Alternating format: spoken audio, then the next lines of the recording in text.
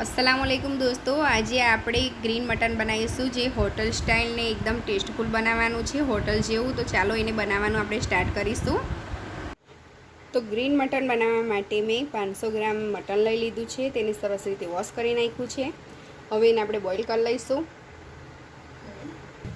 એક મેં કુકર લીધું છે, એની અંદર આપણે બધું મટન નાખી દઈશું। એમાં આપણે મીઠું નાખવાનું છે। અડધી ચમચી મેં મીઠું લીધું છે, તેની અંદર નાખી દીધું છે। આદુ લસણની પેસ્ટ લીધી છે, જે 25 ગ્રામ જેટલું મેં આદુ લસણ લીધું છે તે બી એની અંદર એડ કરી દીધું છે। એને સરસ રીતે આપણે હલાવી દઈશું। તેને આપણે હલાવી દેવાનું છે સરસ રીતે। એનું ઢક્કણ ઢાંકીને આપણે એને થવા દેવાનું છે। 20 મિનિટ જેટલો સમય લાગશે એને 5 મિનિટ સુધી આપણે ખાસ ગેસ પર રહેવા દઈશું, પછી ગેસને ધીરો કરી દઈશું। મટન બોઇલ થાય છે ત્યાં સુધી આપણે ડુંગળીને સમારી લઈશું। 6 થી 7 કાકડા જેટલી મેં મીડિયમ સાઇઝની ડુંગળી લીધી છે અને 50 ગ્રામ જેટલા ધાણા લીધા છે। તે બધું આપણે ઝીણા ટુકડા કરીને મિક્સરમાં પીસી લેવાનું છે, એની પેસ્ટ બનાવી દેવાની છે। આપણે મિક્સર જારની અંદર ધાણા છે, ડુંગળી છે અને મેં તમને બતાવવાનું ભૂલી ગઈ હતી કે લીલા મરચાં બી અંદર એડ કરી રહી છું। મેં 3 લીલા મરચાં લીધા છે, તે મેં અંદર નાખી રહી છું। તમારે તમારી તીખાશના હિસાબે અંદર મરચું નાખવાનું છે, કારણ કે જે મસાલો લેવાની છું તેની અંદર બી થોડીક તીખાશ હોય છે, એટલા માટે મેં 3 લીલા મરચાં લીધા છે। તમે તમારા હિસાબથી તીખું ઓછું વધતું કરી શકો છો।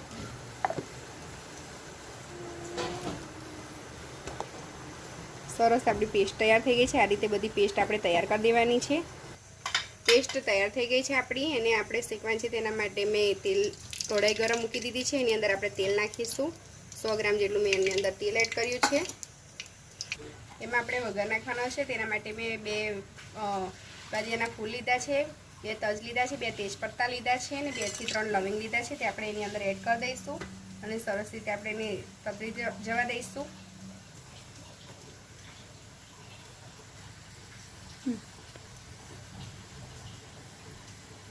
હવે એની અંદર આપણે જે લસણની પેસ્ટ બનાવી છે તે નાખી દેવાની છે। એને સરસ રીતે આપણે શેકાઈ જવા દેવાનું છે। આપણી ડુંગળીની પેસ્ટ સરસ રીતે શેકાઈ ગઈ છે। એની અંદર આપણે આદુ લસણની પેસ્ટ નાખવાની છે। આપણે અડધું આદુ લસણ શાક બોઇલ કર્યું એની અંદર નાખ્યું છે અને અડધું આપણે હવે શેકવાની અંદર નાખીશું અને સરસ રીતે આપણે એને શેકાવા દઈશું, જેથી કરીને કાચું ના લાગે। 50 ગ્રામ જેટલું મેં અંદર આદુ લસણ એડ કર્યું છે। 50 ગ્રામ જેટલું આપણે જે શાક બોઇલ કર્યું એની અંદર નાખ્યું હતું। જ્યાં સુધી મસાલાનું તેલ ના છૂટું પડે ત્યાં સુધી આપણે એને શેકાવા દેવાનું છે। મસાલો આપણો સરસ રીતે શેકાઈ ગયો છે, જોઈ શકો છો તમે કે સરસ રીતે આપણો મસાલો શેકાઈ ગયો છે। એની અંદર આપણે મસાલો નાખવાનો છે। જે ઇન્સ્ટન્ટ મસાલો આવે છે તે મેં લીધો છે। તમે જોઈ શકો છો કે ઈઝીનો મેં મસાલો લીધો છે, તેને એની અંદર નાખી રહી છું। 1 પેકેટ આખું એની અંદર છોડી દઉં છું।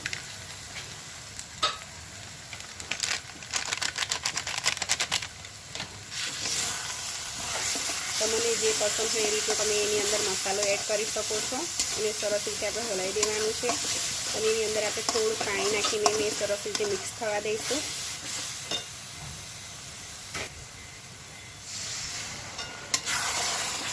અડધા કપ જેટલું મેં એની અંદર પાણી એડ કર્યું છે અને સરસ રીતે મસાલાને હલાવી દેવાનો છે।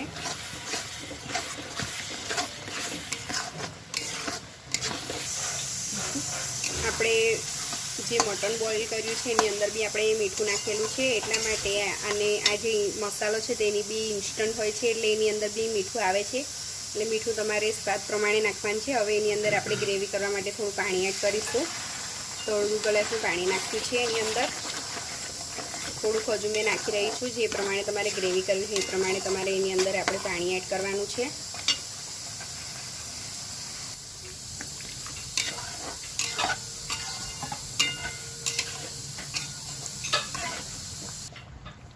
હવે એની અંદર આપણે 50 ગ્રામ જેટલું દહીં એડ કરવાનું છે, જેને મેં સરસ રીતે ફેટી કાઢ્યું છે। દહીં નાખ્યા પછી સરસ રીતે આપણે જે ગ્રેવી બનાવી છે તેને સરસ રીતે હલાવવાની છે, જેથી કરીને અંદર દહીં ફાટી ના જાય અને સરસ રીતે ગ્રેવીની અંદર મિક્સ થઈ જાય. એટલે 1 મિનિટ સુધી આપણે એને હલાવતા રહેવાનું છે. આ રીતે સરસ રીતે આપણું દહીં ફેટાઈ ગયું છે અને આપણે ઢાંકીને 1 થી 1.5 મિનિટ સુધી થવા દઈશું ગ્રેવીને.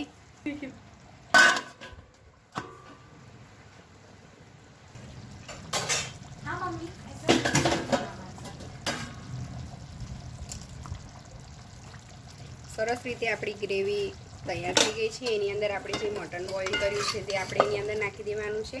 સરસ રીતે આપણું મટન તૈયાર થઈ ગયું છે. તેને આપણે એની અંદર એડ કરી દઈશું બધા મટનને અને એને સરસ રીતે આપણે હલાવી દેવાનું છે. એકદમ માશાઅલ્લાહ આપણી મટન લાગી રહ્યું છે. ગ્રીન મટન જોઈ શકો છો તમે કે બિલકુલ હોટલ સ્ટાઇલ એકદમ સરસ આપણું મટન તૈયાર થઈ ગયું છે. એને આપણે હજુ 5 થી 7 મિનિટ સુધી ગ્રેવીની અંદર થવા દઈશું. એની અંદર આપણે ફૂડ કલર નાખવાનો છે, જે ગ્રીન કલર આવે છે તે આપણે એની અંદર એડ કરવાનો છે, જેથી કરીને એકદમ સરસ રીતે એનો ગ્રીન કલર પકડાઈ જાય ને સરસ દેખાય. મેં થોડોક અમથો અંદર ગ્રીન કલર એડ કરી દીધો છે ને એને સરસ રીતે મિક્સ કરી દેવાનું છે. હવે આપણે મટનને 10 મિનિટ સુધી ઢાંકીને થવા દઈશું હવે ધીમા તાપે. માશાઅલ્લાહ જોઈ શકો છો તમે કે બિલકુલ સરસ રીતે આપણું ગ્રીન મટન તૈયાર થઈ ગયું છે અને એકદમ સરસ થઈ ગયું છે. એને આપણે હવે નીકાળીશું.